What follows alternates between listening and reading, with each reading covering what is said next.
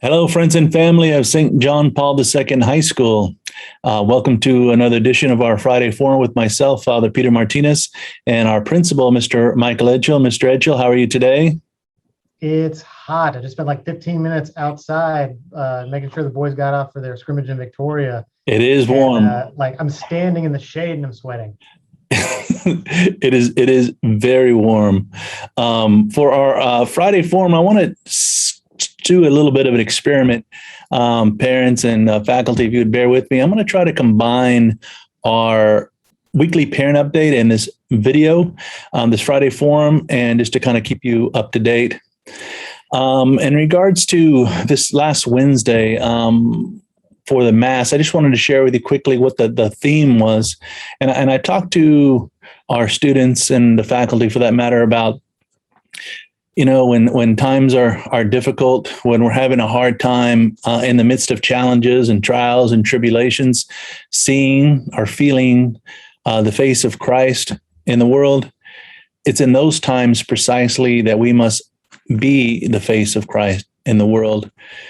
When darkness is all around and the light is hard to find, we, through our baptism connected to Christ, are called to be a conduit of that light in the world and not wait for others to turn the light on, but for us to be Christ for others. And in that way, we will see his face, we will feel his presence. And that was the message on the two masses on Wednesday. Just a picture that's going to be coming up here on Thursday. We had a beautiful rosary in the quad for the repose of the soul of Joseph Fillmore and also for the consolation of his family. And thank you for the faculty members for putting that together.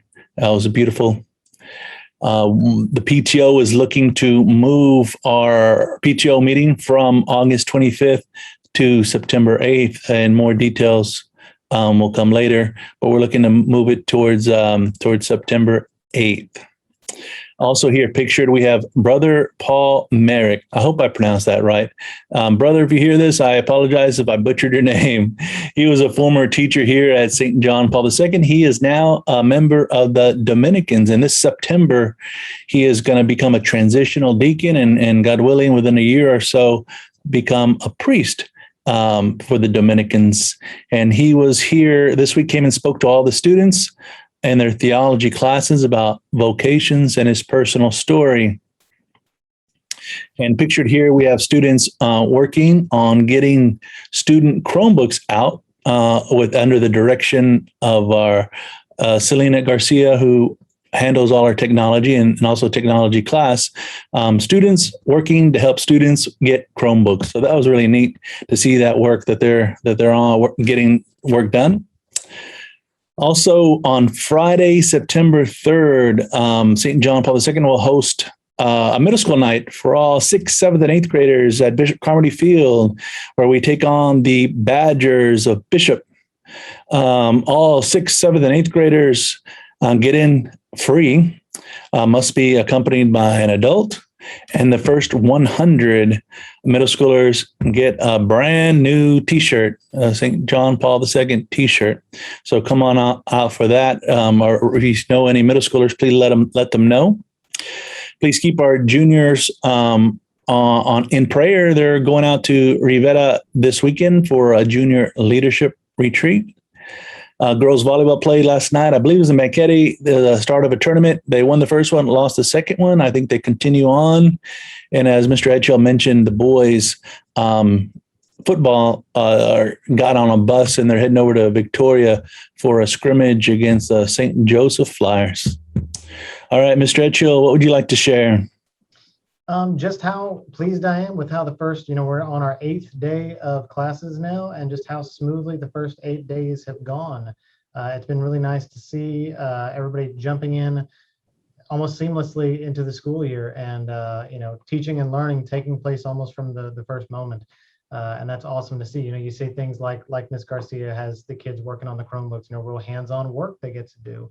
And getting back to Mass, as you mentioned earlier, we're blessed to have Miss Carissa Reyes back with us this year teaching music. And so she's also doing the music for the Mass, and just how much more beautiful it makes that experience. So it was really just a pleasure just to have students back on campus and be going through as close to a regular school year as we can. And so I, continue to encourage anybody who's eligible to be vaccinated who hasn't yet to please do so, because that's going to help us keep this thing going and bring our local numbers down. As anybody who's been paying attention knows, it's not great out there, but we want to do what we can here and within our broader community to keep everyone safe in the best way we know how. Yeah, and in the near future, I think it might be in September. We're working on getting vaccinations to be available in the middle school gym, and so we're working to have that, and we'll get out some more information here in the near future for the community here, and then for the broader community around. And as far as the Mass and with Ms. Reyes and teaching the guitar and also the choir and helping with the Mass, I think it really helped the beauty of the Mass, but also our students without the music, they miss their cues for when to stand, when to kneel. And so I think to help with the flow of them being more active and responding, active participants in the liturgy. So that was nice. Yeah. And anything else to share? Not really. Right now, you kind of covered all the bases there with your rundown at the top. Yeah, well, that's not for me. I got it from all the faculty, so they helped me with all that.